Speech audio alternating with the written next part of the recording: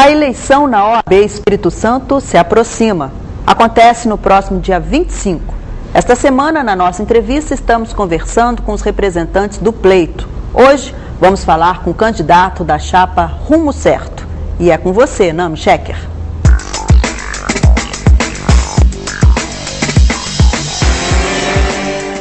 Na sequência das entrevistas que estamos fazendo com os candidatos à presidência da OAB aqui no Espírito Santo, hoje é a terceira entrevista. Conosco aqui o candidato Carlos Magno Cardoso, 61 anos, formado em Direito na UFES, onde foi militante estudantil, presidiu o Diretório Central dos Estudantes, participou da fundação do Sindicato dos Advogados, atuou como procurador do Estado, esteve à frente da Associação Espírito Santense dos Advogados Trabalhistas e atualmente preside a Caixa de Assistência para os Advogados. Obrigado pela presença, doutor Carlos Magno. Vamos fazendo a pergunta básica. Eleito presidente da seccional da OAB no Espírito Santo, qual é um resumo da sua gestão, da sua proposta para a sua gestão? Pois não, em primeiro lugar, queremos registrar o agradecimento pela oportunidade que nos está sendo dada de trazer aqui aos telespectadores, especialmente aos advogados do Espírito Santo, a nossa mensagem. O nosso propósito resulta da constatação de uma realidade. Nós acreditamos que a OAB, como uma entidade representativa dos advogados, ela tem uma presença política automática na sociedade. E ela não pode se recusar a essa presença e essa manifestação.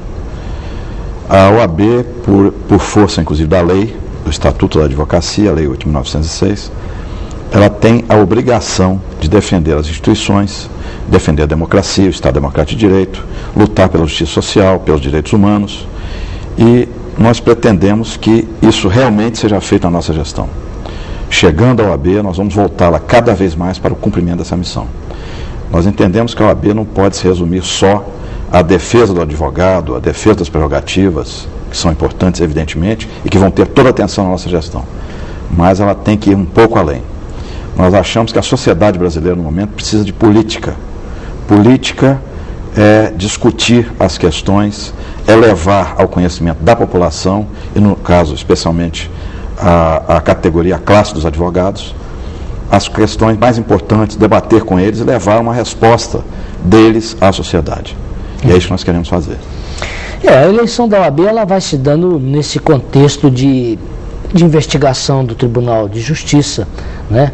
Me parece que a sociedade capixaba está esperando um desfecho e um reposicionamento do tribunal, até porque há uma queixa de que os bons advogados perderam terreno em função dos lobbies de advogados menos qualificados, mas que tinham força perante o tribunal, quer dizer, essa grande queixa que a gente vê entre os advogados.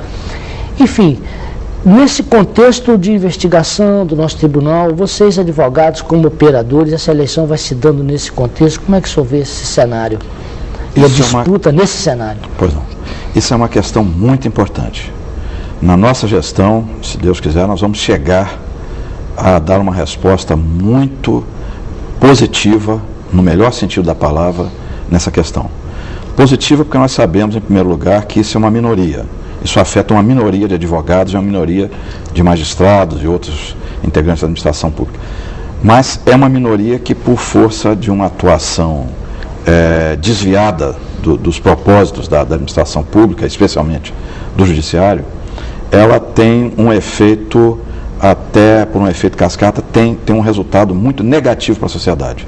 A sociedade fica insegura, não encontra a resposta que merece diante das questões que são submetidas ao judiciário, e nós temos, a OAB tem que dar uma resposta mais efetiva a isso.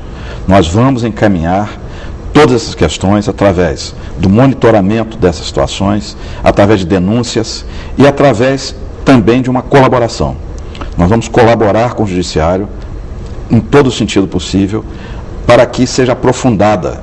Qualquer denúncia desse tipo tem que ser levada a sério. Evidente, com direito de defesa, porque nós somos advogados, nós somos cultores do direito de defesa, da lei, mas nós vamos ter que realmente nos manter atentos a essa situação. Esta e quaisquer outras. Por exemplo, eu cito que no Senado Federal hoje, eu li para meu espanto, que cerca de 90% dos servidores têm uma gratificação de confiança, uma FC, uma função de confiança, melhor dizendo, que vai de 1.300 a 2.400. Nós vemos que isso aí é de 3 a 5 vezes e meia o salário mínimo pago ao trabalhador. O salário mínimo assegurado pela Constituição do Trabalhador. É um despropósito total. Então nós vemos na administração pública, muitas vezes, um desvio muito grave, que é as pessoas, quando assumem um cargo, ou quando determinados grupos de pessoas, vamos dizer, segmentos da sociedade, assumem determinados cargos, a tendência é de criarem benesses indevidas, criarem situações benéficas, haver nepotismo e outras coisas que realmente desviam o interesse da sociedade para ser um interesse voltado para alguns grupos. E nós vamos combater isso com toda certeza.